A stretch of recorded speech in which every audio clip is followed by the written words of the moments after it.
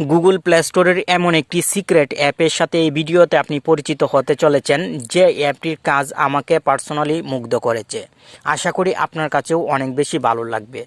আপনি যদি প্রতিদিন মোবাইলে ফেসবুক, মেসেঞ্জার, ইমো এবং হোয়াটসঅ্যাপে বন্ধুদের সাথে কথা বলেন, তাহলে এই অ্যাপটি আপনার মোবাইলে ইনস্টল করে রাখা প্রয়োজন।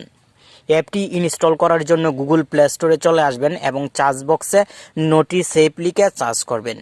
অ্যাপটি চলে আসবে। অ্যাপটির লোগো দেখে রাখতে পারেন। এই অ্যাপটিকেই কিন্তু আপনাকে ইনস্টল করতে হবে।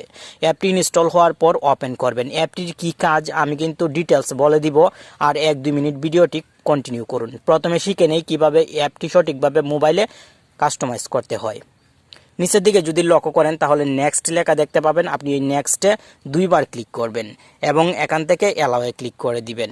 অ্যালাওয়ে ক্লিক করার সঙ্গে সঙ্গে আপনাকে নিয়ে আসা হবে নোটিফিকেশান অ্যাক্সেস সেটিংসে। এখানে আপনাকে অ্যাপটির পারমিশন এনেবেল করতে হবে। এই পারমিশনটি অন করার পর আপনি ব্যাকে চলে আসবেন এবং অ্যালাওয়ে ক্লিক করবেন।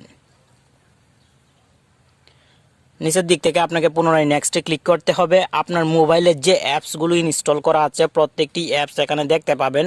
ম্যানুয়ালি আপনাকে প্রত্যেকটি অ্যাপসের পাশের অপশনটি অন করার কোনো প্রয়োজন নেই।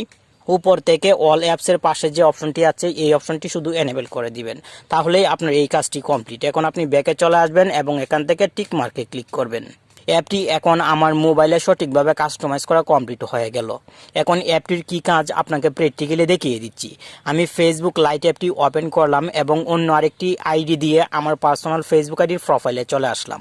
এখন মেসেজ করার জন্য মেসেজ বক্সে ক্লিক করলাম এবং এখানে হাই লিখে মেসেজ করলাম। মেসেজটি কিন্তু অলরেডি সেন্ড হয়েছে। এখানে দেখতে পাচ্ছেন পপ আপেও কিন্তু শো হয়েছে, কারণ ফেসবুক মেসেঞ্জারে আমার personal Facebook ID log in করে রেখেছি। এখন এই মেসেজটি সিন করার আগে যদি এখান থেকে আমি আনসেন্ড করে দেই তাহলে দেখতে পাবেন এখান থেকেও কিন্তু ডিলিট হয়ে যাবে। এটাই স্বাভাবিক। আমি পুনরায় আরেকটি এখান থেকে মেসেজ দিচ্ছি। মেসেজটি সেন্ড হওয়ার পর এখানে পপ আপে শো হচ্ছে। আমি পুনরায় এখান থেকে ডিলিট করে দিব। ডিলিট করার সঙ্গে সঙ্গেই কিন্তু এখান থেকেও ডিলিট হয়ে গেল।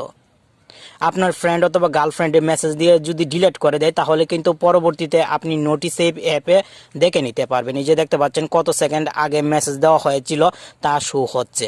মেসেজগুলো কিন্তু এখান থেকে আমি দেখে নিতে পারছি।